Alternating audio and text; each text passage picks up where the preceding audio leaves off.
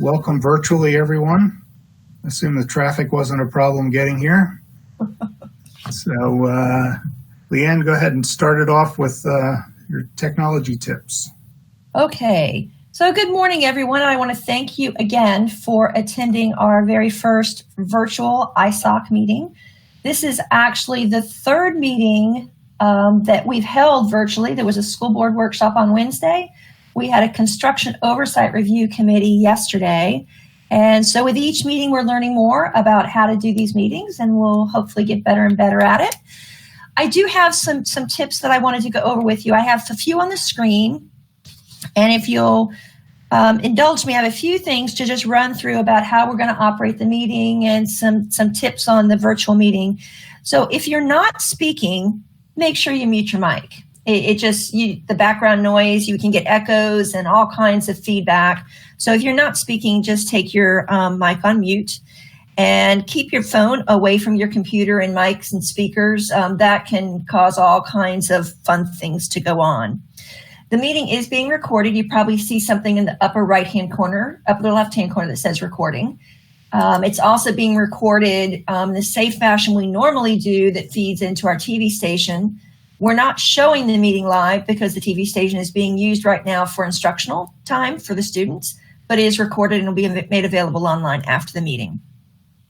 So if you step away from your screen, feel free to mute your camera to turn that off. And I'm going to go ahead and bring my Google screen over for a minute just to let you see a couple of things. So when you move your cursor around in the screen, and hopefully you can see that zigging and zagging, if you go down towards the bottom, this white bar shows up. And down here you see a button where you can turn your mic on and off. Over here is to turn the camera on and off. And right in the middle leaves the call. And if you click that, you will be taken out of Google Meets, but another screen comes up and you can click to rejoin the meeting. So it doesn't break anything if you leave the meeting, just click that to go back. One of the other things, Google is making enhancements and changes every day, and something new came out yesterday. So even for the people at Cork, I wanted to point out in the white bar, there's these three dots that show up at the bottom of the screen. And if you click on that, some options pop up, and one is change layout.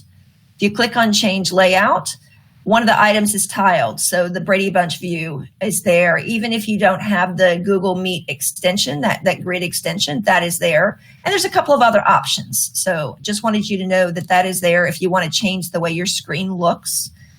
I'd also point out that up here in the top right-hand corner, there's a little message icon. And if you click on that, it will bring up the chat. We're going to talk a little bit more about chat, and we had planned on using that heavily, and you can use it, but I want to point out that when you do that and you move over here to mute your mic or unmute it, it doesn't work.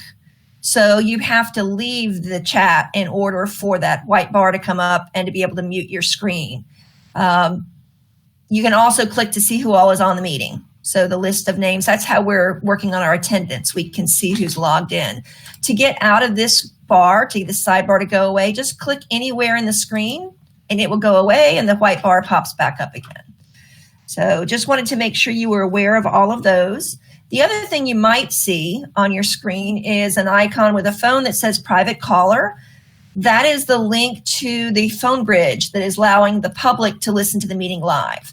For the school board workshop, we had it streamed live so everyone could watch on YouTube. We can't do that right now because we're using all of our channels for instructional, as I mentioned earlier. So that private caller is there, and we have an IT. I'm going to go through our IT staff in just a minute, but they're monitoring that. If for any reason that phone line goes down, Raymond is going to interrupt the meeting and say we need to stop until that phone line is working. In order to be in compliance with Sunshine, the meeting has to be available for the public. We've done this. This is, as I said, the third live meeting, and we haven't had a glitch. I don't expect there to be one, but if Raymond pops in to say we need to stop the meeting, that's why. So you won't be surprised. The other people that may pop in throughout the meeting is Esdras. He is our Google Meet expert, and he's on the line in case we have any issues. Mark is recording the meeting in two different ways, so we appreciate everyone's help. I believe Sam is on the phone, and he is the person we call whenever we have technical issues with our computers. And then we probably have a couple of IT directors. I think I saw Dave Wilhelm, Chris Prasad, Deepak Agrawal, our Chief Information Officer. He may be on as well. They're monitoring all these meetings to make sure everything goes well. So we have a lot of IT support helping us to get this done, and we couldn't do it without them. The other person you might see or hear on the phone that you haven't met before is Jim Canard. He is with our Facilities Construction Department. And yesterday, during the Construction Oversight Review Committee, or CORC, there he is waving his hand. He was a huge help yesterday in monitoring the chat and reading things into the record, anything that popped up. And he and I worked hand in hand to get these two meetings organized. There is one presentation that we did yesterday. We're doing it again today. It was written for both committees and for the school board. So we've all been working really closely, and we've been learning from each other as we developed all the notices and the instructions that went out. So Jim, I know, is going to be a big help today. Throughout the presentations, and we have two, normally we combine all your data and reports into one to make it easy, but there are two today. Welcome, Mr. Singer. There is, as we go through the presentations, we're going to stop periodically and ask if you have any questions. I think that's going to make it easier. You can put comments over in chat, but it gets a little messy, quite frankly, because you have to remember to go back out of chat in order to turn your mic back on. We found yesterday it was a distraction for the participants. So if you do have a question and want to speak, you can wave your hand like some of us have been doing, or just unmute your mic and state your name, and then Mr. Porter will be calling on people with their questions. Okay, for voting, when we get to the point when we've gone through the main reports and then gone through the proposed plan modifications, we'll need to get a vote. And rather than asking all in favor, all opposed, we're just going to ask who's opposed. Because if anyone's opposed, we need to document who was opposed and the reason. We're going to assume everyone else is in favor. I think that just will make the meeting work a little smoother. And then for attendance, if you're attending the meeting via Google Link, you saw that we can see all the names, so we know who's on the meeting. For district staff, I sent a Google Sheet out yesterday, actually last week and again yesterday, where they can go in and indicate they're attending, because a lot of them are attending just on the phone, so they don't show up on the list. So if they could do that, then their names will show up on the minutes. For members of the public that are attending via the phone bridge, we don't know who you are, but we certainly want to document that for the record. So in the public notice, which is how you found out about the meeting, my email address is there. If you could just send me an email letting me know you attended, then we will include you in the meeting minutes. If you don't want to be included in the minutes, then don't send me anything, and we're fine. But I want to make sure I give you the opportunity to be included. And if any of the committee members are attending by phone, we don't know you're there. We can see there are people that have called in, but we don't know you're a committee member. So if you are a committee member joining by phone, if you could unmute your phone and just let us know right now so we can add you to the minutes.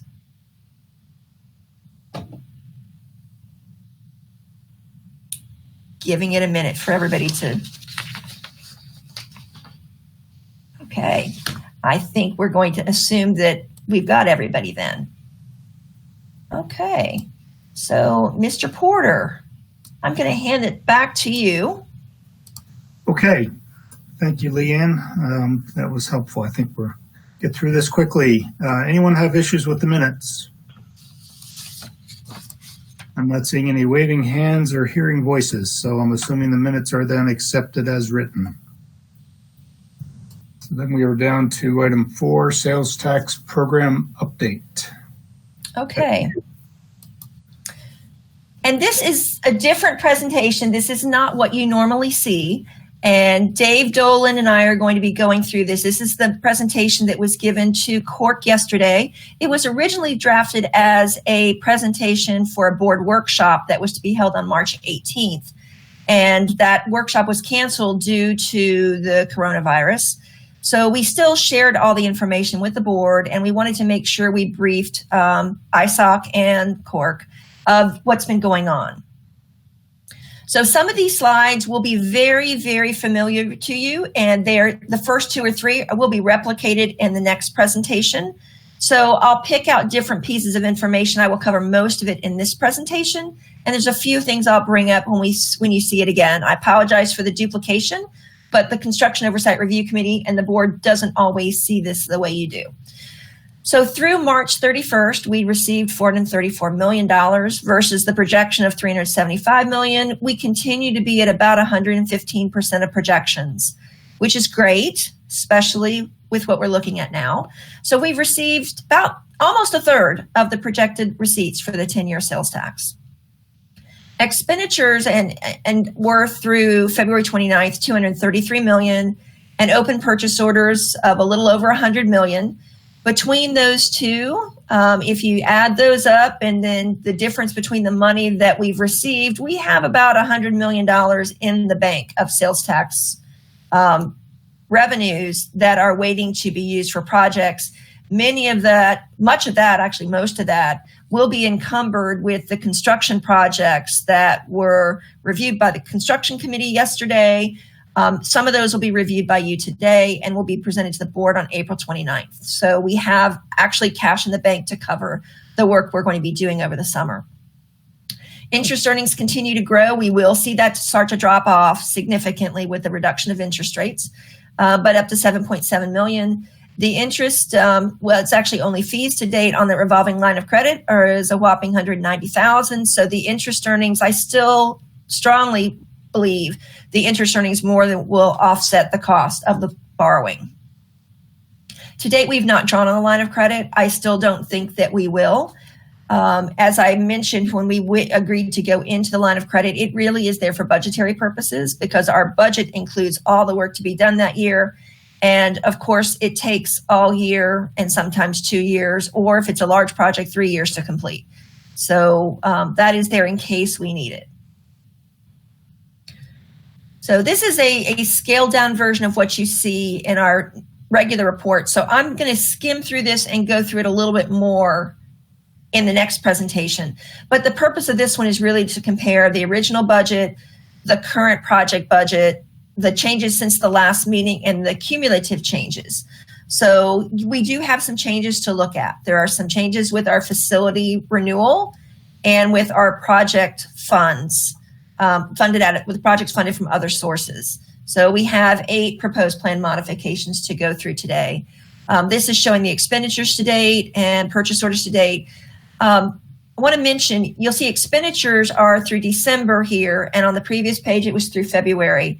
This is a summary of that very, very large report, that project budget report, which is attached to all the meeting backup. In previous meetings, when we went through it all and also gave a presentation, the committee likes the presentation format better. But this is a summary of that large report, and it takes some time to pull together. So we update this one quarterly.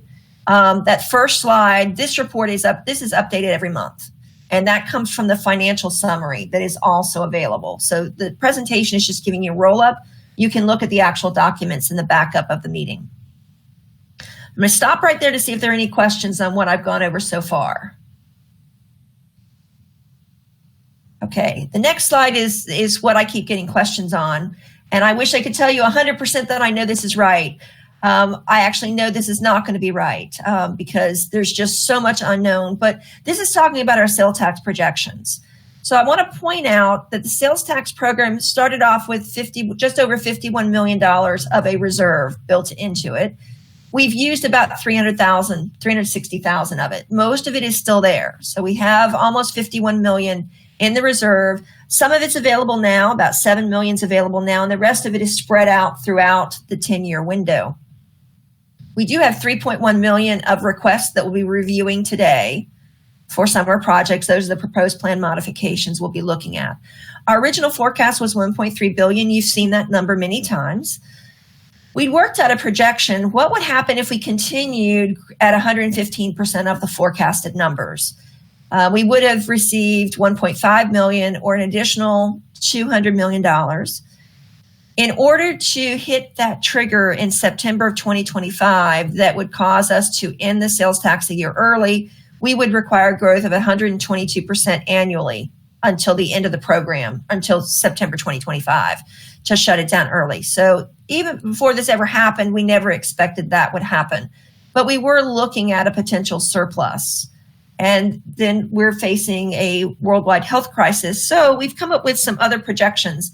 And as I said, I'm sure neither one of these are right. I'm just throwing some possibilities. We expect to get better information in the next couple of months. One of the challenges you have is sales tax revenues coming in at a 2-month lag. So we're expecting numbers today or Monday. They dated it the 25th. So I don't know if it's coming in today or Monday. And that will be revenues earned in February. And in February, most of the country was still working as normal. Florida was. I think there were some changes going into place, but I don't think it had really changed behavior yet. So that number, when it comes in, I don't think I'm going to see any significant changes there. When I want to see the March data and more importantly, the April data. We're not going to see that until the end of May and the end of June. So even the state economists they don't know. If you watch the news, no one knows exactly what the economic impact is going to be. I mean, we can see the day-to-day impact and what it's happening. The job numbers and unemployment numbers just continue to grow. So there's certainly going to be a dramatic impact on sales tax revenues. We just don't know how severe it will be. It really is going to depend on how quickly everything can open back up and people are comfortable going out and going to restaurants and going to movie theaters and going shopping and hopping on a plane or going to Disney. I think all that's going to depend on when we get vaccines and when we get medication, but I'm not the expert on that. I don't think anybody is at this point. So it's a lot of wait and see. But these two scenarios are interesting. The 90% was just an example. If we drop to 90% of projection, so going from 115% down to 90% until the end, until December 2026, we would be, we'd get 1.3 billion. We'd be short by 36 million. This is probably more likely, but I think this may be too severe. We won't know, but the idea of dropping to 60% of forecast for the remainder of 2020 and all of 2021, and then revert back to the original forecast.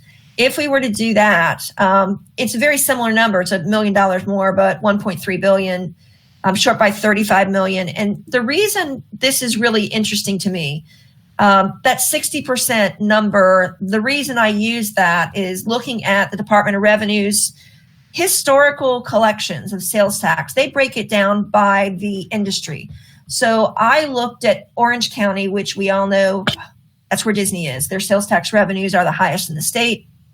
If we look at Orange County and look at the amount of revenue they bring in from hotels and amusement parks, it's 40%. So I said, let's take 40% off. We will not be impacted the same way Orange will. We will be impacted differently. And it's probably not fair to pick that, but I think that would be the most severe part of Florida to be impacted. So it was just a guess, throw the pasta against the wall to see if it sticks, but it's an example. I've also been cautioned that if we were going to go with 60%, it probably should be 60% of the 115%, not the original forecast. So everyone I've talked to has said this is probably too severe. I like going with worst case scenarios right now. And what's important, that $35 million, we still have $50 million available in our reserves. And even if the items recommended today are approved by ISSOC and go to the board and are approved by them, we'd still have $47 million in the sales tax reserve versus the $35 million shortfall. That's still an extra $12 million to deal with unforeseen conditions. So that is one scenario. We will be monitoring this closely. We're looking for additional information. We're working with the county. They're doing projections as well. Sherry Brown and I have had several conversations trying to make sure that we're in sync, talking with economists. We will get better numbers, but right now, no one knows. And I don't think we're going to have a really strong number until things get better. And that's a scary place to be in, but that's the reality of where we're at today. I think the best thing we can do is look for what I think of as the worst case scenario. And I'm comforted by the fact that it fits within the numbers that are here. So does anybody have any questions on these projections? Leanne, I do. David Porter. Okay. Just for a future page, you mentioned there's a little over 7 million available in the current reserve.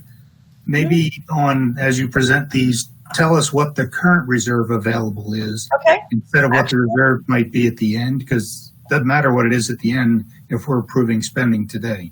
Okay, this slide, I mentioned that we're going to see a more in-depth one in the next presentation. In the next presentation, it does show that.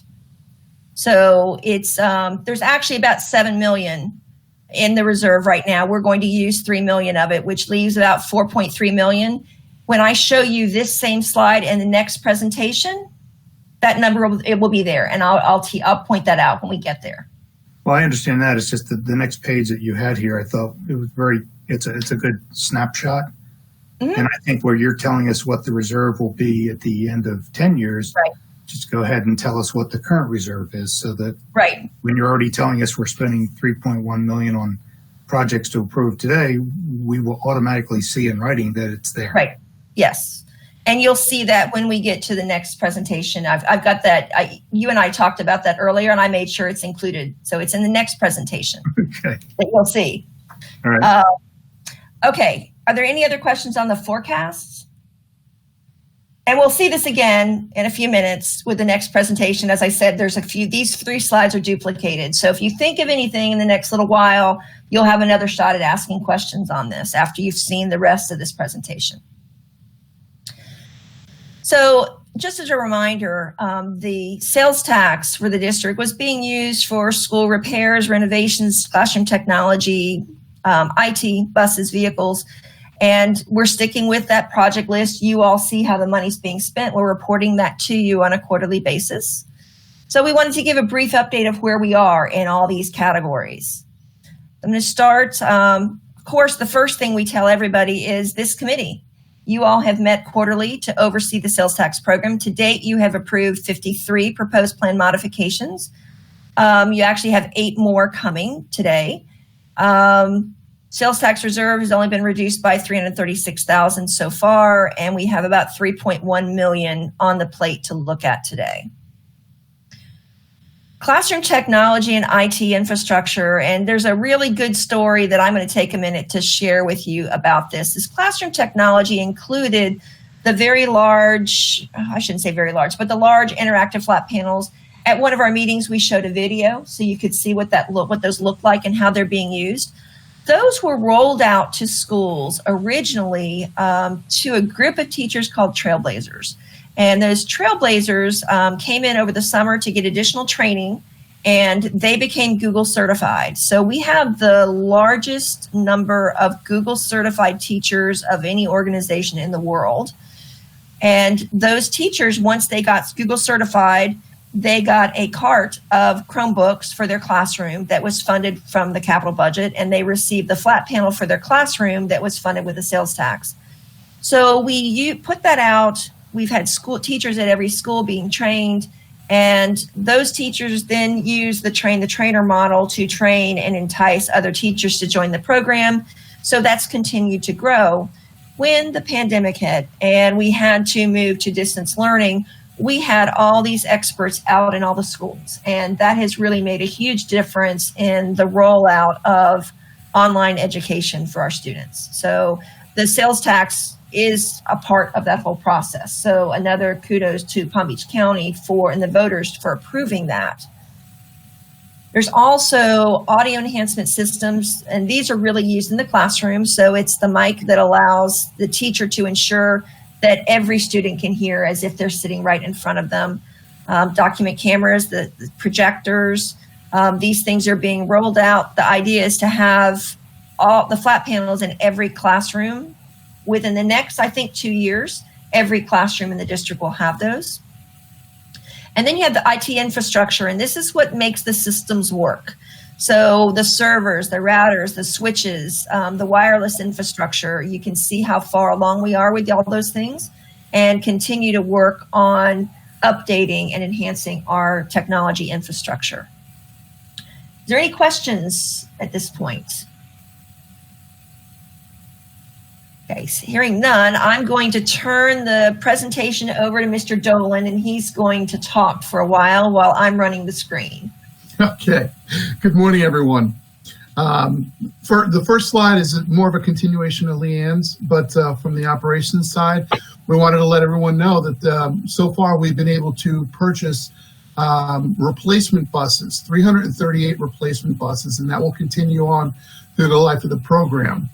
In addition to that, we've been able to replace a number of our support vehicles. Those are the maintenance guys, the specialty vehicles that they have to drive around. We've been able to replace 46 of those as they've aged out. Same thing with the school police cars. There have been several older cars that have been taken out of commission and replaced, 68 of them with new. In addition to those that were replaced, you all probably heard us talking about the fact that the school police has had to hire on a whole lot of new officers in order to meet the mandates for our safety and security in the schools. And we were able to afford more than 100 new vehicles for some of those officers. Next.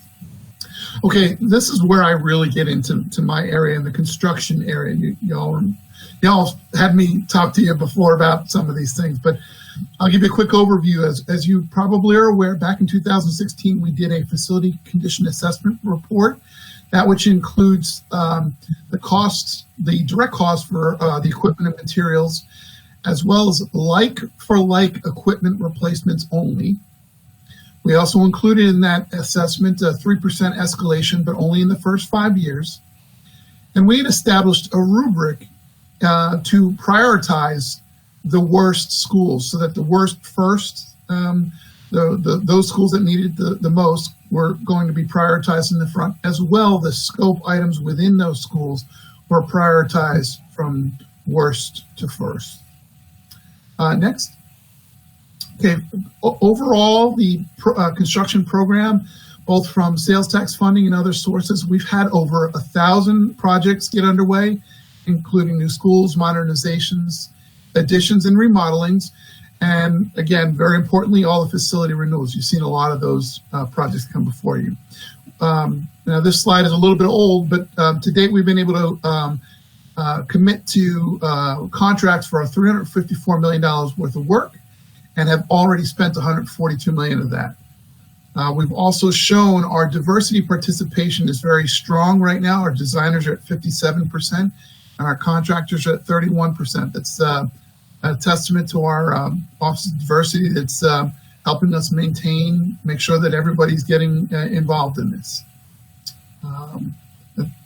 Okay, should I stop for questions? Does anybody have any questions at this point? Okay, I probably got at least 2 more stops. So the next, where I'm at now, when we started this program, you may recall back in 2018, we hit the ground running. That's our big phrase.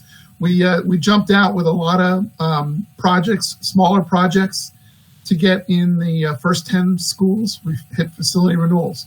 Well, then in 2019, you'll see that we added to that. We did a couple of additions to South Tech at Odyssey, the demolition at Old Didi. We also started modernizations. We've shown you pictures of the adult ed construction and Verdi construction, which are both underway and should be done this summer and occupied this summer. Back in 2019, we were able to get to having 38 projects, facility renewal projects, across those 18 schools. As you remember, these are the ones where we replace out, the equipment in the schools, the deferred maintenance, as we refer to them.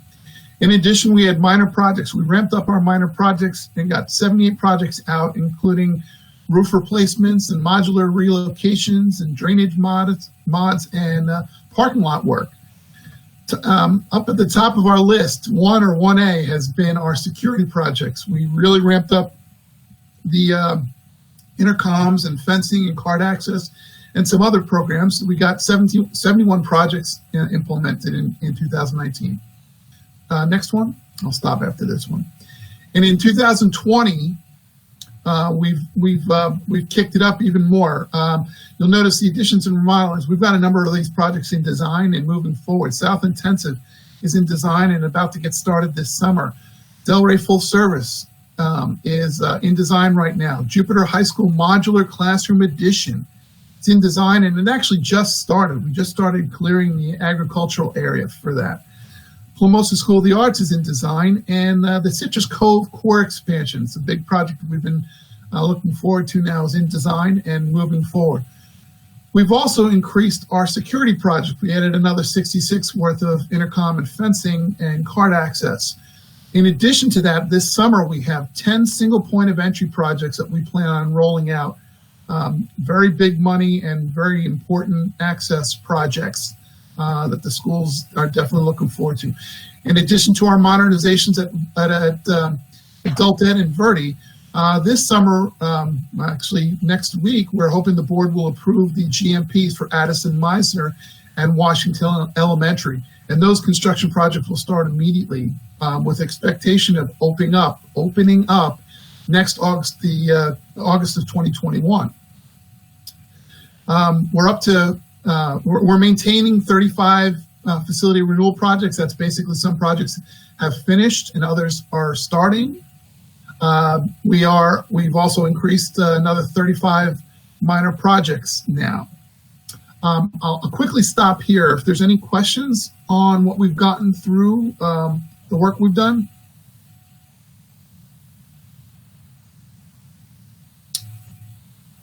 Okay.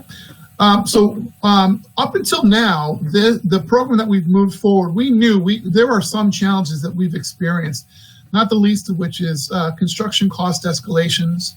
We also knew that because it's such a strong economy, we've had a lot of bidding opportunities around. So it's also made it so that we've had challenges getting subcontractors who are capable or willing to bid on the projects because they were booked far into the future already. A couple other challenges. In our original estimates, we've started doing a validation of scope on all the projects, and so we're noticing some variations from the original assessment that was done. And in addition, one of the other big challenges has always been working on unoccupied buildings is the ideal situation for facility renewals. That's our summer and our winter breaks and spring breaks.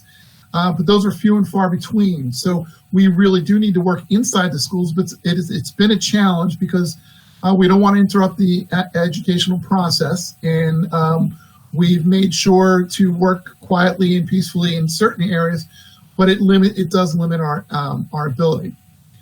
So with these challenges, next, if you could, in addition to these challenges, I also want to point out that there are a number of other programs besides our own county. The Palm Beach County and some of the local governments have that other half cent of our penny sales tax. So they have a lot of projects going on. But we also have other local or nearby agencies, Broward County, Miami-Dade, Hillsborough. They all have big programs out there. Jackson Health and Miami-Dade College. These are all big programs with a lot of construction work out there. So there are a lot of opportunities for contractors, making it a bit of a challenge to get our projects on board and in budget. So next slide. So the projects that we've worked on so far, we've been able to maintain those projects on budget. Now we are starting to see a change in the economics, and our recent projects are now coming in over budget. Again, the leading factors to that are our escalation has been higher than anticipated. We are experiencing a great shortage in construction workers, and more specifically, our subcontractors, the skilled trades. Those have been the challenges. Most recently, based on the pandemic, we are anticipating, as Leanne talked about, sales tax revenue shortages. As well, from the construction side, our contractors are starting to worry about material availability. We'll see how that pans out, but we anticipate we will continue seeing these same budget challenges. Are there any questions on that at this point? Okay, because the next slide that I want to go to is, what do we do now? We need to try to mitigate this problem, this overage in a lot of the projects as we go forward. Keeping in mind that the original assessment being done 4 years ago and these economic factors we just talked about, we've tried to come up with a way to prioritize the work within each of the schools. And we've come up with this oversimplified formula, if you will, and forgive me, but it's called cool, safe, dry, and bright. Cool, of course, is air conditioning controls. Safe are things like security and fire alarms and intercoms that help make sure everybody's safe in the school. Dry goes pretty standard. That's roofs and waterproofing and sealing the buildings. And our final one there is bright. What we found when we did our first round of schools, and I mentioned it before, that the classroom lighting that we upgraded was such a dramatic improvement to the learning experience in the schools that it was something that we just couldn't consider as something that might have to be deferred. This is something we pointed out we had to include. So that's why we've come up with this simple saying of cool, safe, dry, bright. Now, the next part of this is cool, safe, dry, bright plus 5 years, because what we're talking about by 5 years, if some of the existing building systems that we're looking at have a good long life expectancy of 5 years or more, we didn't really want to spend money on replacing those systems. So let's say air conditioning system. If we were planning on replacing 15 air handlers, but when we evaluated the systems in place, we looked and saw that really only 5 of them needed to be replaced. The other 10 were in good shape and could last with good maintenance and ongoing maintenance. We could maintain that for a while longer. Beyond the 5 years, we felt, well, rather than spend all that money now, let's spend it in areas where we really need it. So that's where we came up with plus 5. The last statement in there says issues requiring expedited resolution will be addressed immediately. You as ISSOC have seen that repeatedly. There have been situations that have occurred in schools that are planned for 2027 or 2025, but we need to replace the roof now, and we've come to you and asked permission to move that money forward and get those projects done immediately. We'll continue to do that. A couple of the other features that we're looking to try to help mitigate is the speed to market. We want to make sure that we're reducing our time from the moment we get the contract award to getting the contractors out in the field. Because for us, every month counts. If the contractor can buy his materials ahead of time or plan on getting his materials in place ahead of time, every month helps to save money. And again, we will always continue to improve upon our pay application process. It's been a learning process. We're trying to make sure that we're being good stewards of the money. It's the taxpayers' money, but we really want to make sure that we can get our contractors paid as quickly as possible, and more importantly, our subcontractors who really need the money. So we are focusing on that. That last highlighted item, we are anticipating we will receive repairs and upgrades at all schools. We are anticipating we're going to work within the budgets that we have now and have to defer some of these items until the future. So I'm going to stop at this point because I suspect there may be questions on this. David Porter, I can say from being out there in the marketplace and working with contractors that if the district does magic to improve its pay process and time, you will not have a problem getting subcontractors because you will be the one that they want to work for, rather than them bidding to a GC and then GC says, yes, for the school district of Palm Beach County. And they go, no, I'm not waiting 90 days to get paid. I got 10 other jobs going to pay me within 30. Bye-bye. Yes. And we agree. We agree. We recognize that that's a huge component. We've especially heard that from our small businesses. Yeah, it is key. It's something just has to be done, regardless of how many hoops you jump through, to just make that happen. And then you will be the desired client, not the despised client. Mm-hmm.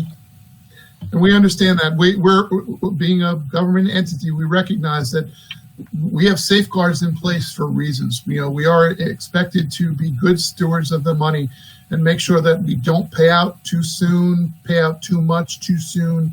But we have opportunities. And thanks to Leanne, I'm not blowing sunshine, but I'm really appreciative of all the efforts that Leanne and her team in Treasury have helped us out with in trying to make sure that we speed up the process of payments.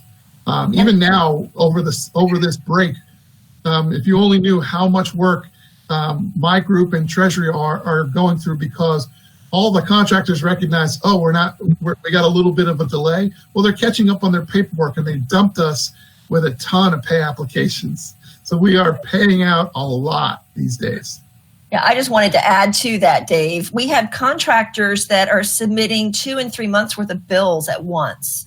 So as the finance person and working with accounting, we want to pay people promptly. We want to pay them. And when we get to the end of the year, if the last bill we got from a contractor is for work done in April, we have to estimate the value of the work done through June. So my office is working very closely with Dave's team to try to get those actual invoices in. It's a phenomenon. I've been doing this for 20 years now. And for some reason, contractors, they wait and we'll get bills from 2 and 3 months later. That bothers me because it messes up our accounting records, but it also means they're not paying the subs.